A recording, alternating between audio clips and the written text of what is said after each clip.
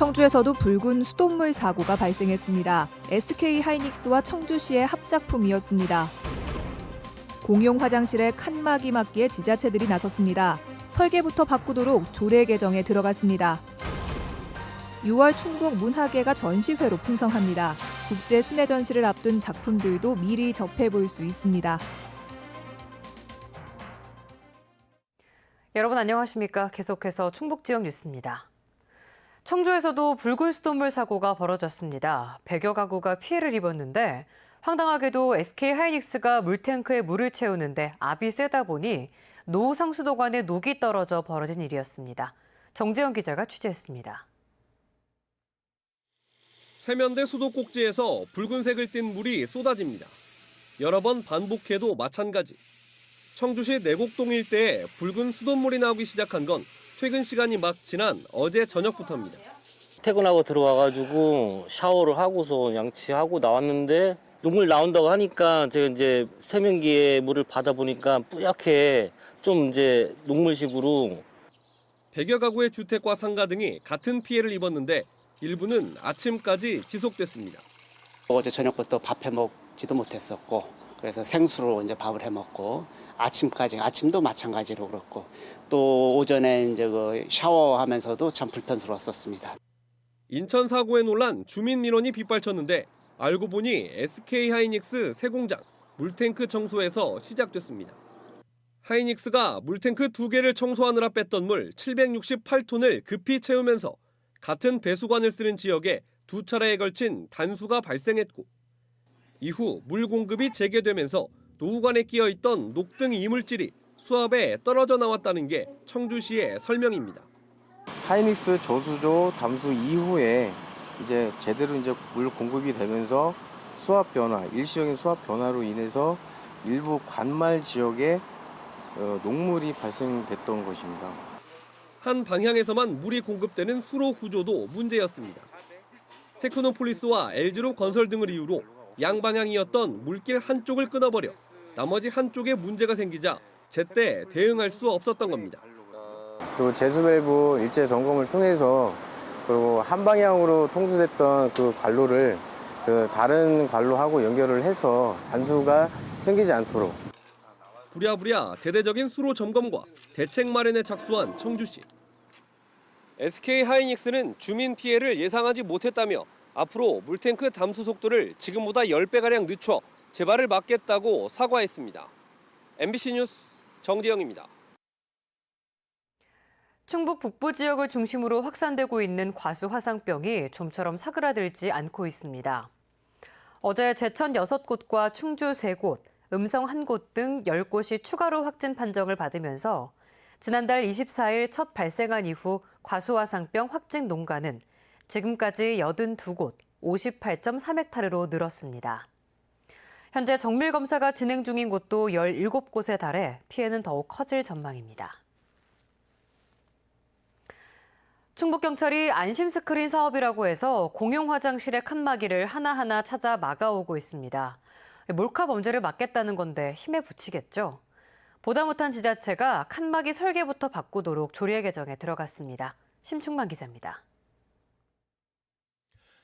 상가 안의 공용 화장실. 한 여성은 뉴스에서나 보던 일을 직접 당해야 했습니다. 옆 칸에 몰카범이 숨어 있었던 것입니다. 앉아가지고 양치질을 하고 있는데 빨간 불빛이 보이길래 심장은 막 뛰고 다리는 후들거리는데 물카범들이 주로 노리는 지점은 칸막이에 뻥 뚫린 아래쪽. 3면이 모두 뚫려 있어 누구도 마음이 편치 않습니다.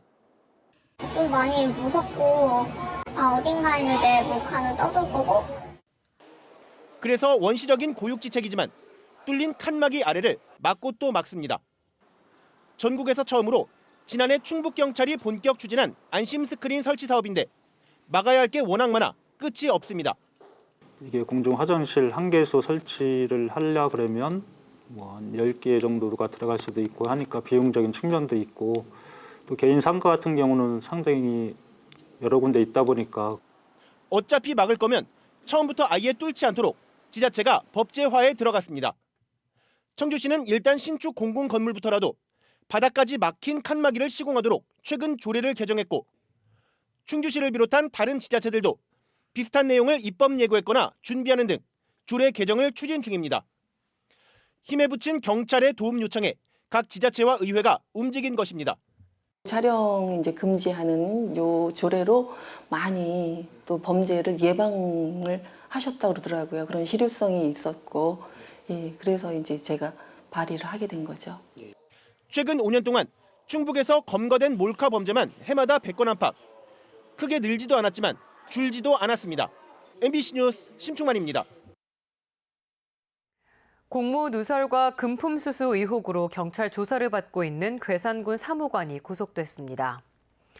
충북지방경찰청 지능범죄수사대는 지난 3월 괴산군청 홈페이지에 올라온 글과 이후 제출된 입찰 서류, 통장 사본, 압수수색 물품 등을 분석해 해당 공무원을 1,000만 원의 뇌물과 향응을 제공받고 입찰 심사 자료 등을 제공하도록 지시한 혐의로 구속했습니다. 구속된 공무원은 경찰 조사에서 혐의를 부인하고 있는 것으로 전해졌습니다.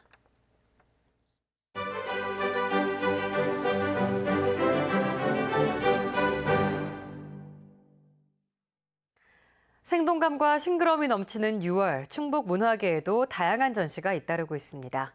지역의 가치 있는 문화 소식을 전하는 문화 만만 시간, 오늘은 미술의 다양한 얼굴을 보여주는 두 전시를 조미애 기자가 소개합니다. 환한 달덩이 같은 자태와 닮았다에 다랑아리라 불리는 우리나라 고유의 백자.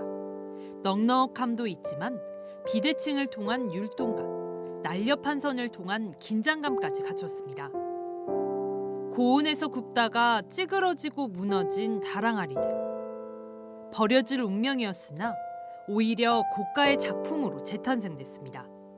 단양에서 작업장을 운영하는 서영기 경기대 예술대학 입체조형학과 교수는 희소성과 우연성에 착안했습니다.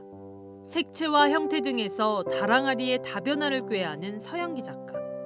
형태는 온전하게 만들어졌지만 찌그러지면서 형성된 어떤 형태가 하나의 순수 예술품으로서 충분히 가치가 있겠다.